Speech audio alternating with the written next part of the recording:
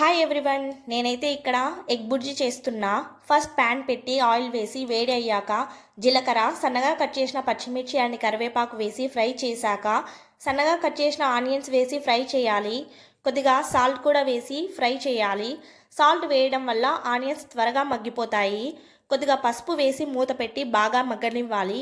Onions బాగా మగ్గాక eggs వేసి mix చేశాక కారం, ధనియా పౌడర్ అండ్ పెప్పర్ పౌడర్ వేసి మిక్స్ చేయాలి. మూత పెట్టి అప్పుడప్పుడు మిక్స్ చేస్తూ ఫ్రై చేసుకోవాలి. గరం మసాలా ఆప్షనల్ అండి. సాల్ట్ చెక్ చేసుకోవాలి. ఫైనల్గా కొత్తిమీరతో గార్నిష్ చేసుకుంటే tasty and yummy egg bhurji ready. చపాతీలోకి పర్ఫెక్ట్ కాంబినేషన్. కూరగాయలు ఏమి లేనప్పుడు ఇలా ఎగ్ బుర్జీ చేసుకోండి, సూపర్ ఉంటుంది. 10 to 15 మినిట్స్లో ఈ ఎగ్ బుర్జీ రెడీ అయిపోతుంది. మీకు ఈ వీడియో నచ్చినట్లయితే please like, share and subscribe to our channel. Thanks for watching. By YouTube family.